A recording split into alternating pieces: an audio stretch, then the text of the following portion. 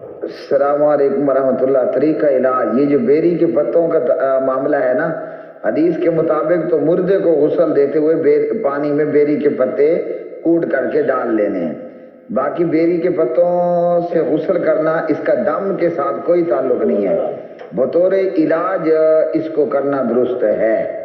बतौर जैसे हम दवाई खाते हैं ना, तो ये दवा के तौर पर है। ये बेरी के पत्तों से गुस्ल वगैरह ये दम के तौर पर हरगिज नहीं है।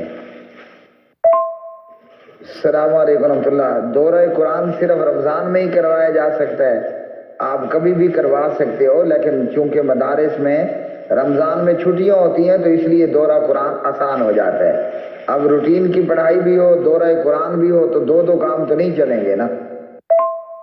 अस्सलाम वालेकुम रहमतुल्लाह। बेनमाजी का क्या मकाम है? जहन्नम मकाम है। अस्सलाम वालेकुम रहमतुल्लाह। फर्ज नमाज के बाद दुआ के लिए हाथ उठाना बिदअत है। अस्सलाम वालेकुम रहमतुल्लाह। सजदा कुर्बे इलाही का सबब है। ठीक है जी। अस्सलाम वालेकुम रहमतुल्लाह। मुर्गियों के पाँव खा सकते हैं? बकरी के पाँव खा सकते हो ना, तो मुर्गी के पाँव भी खा सकते हो, हलाल है। अस्सलाम वालेकुम रहमतुल्लाह। जी जरूर इंशाअल्लाह।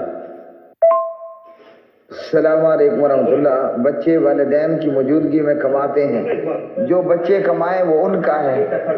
विरासत वो है जो माँ बाप अपनी कमाई का छोड़ करके फौत हों।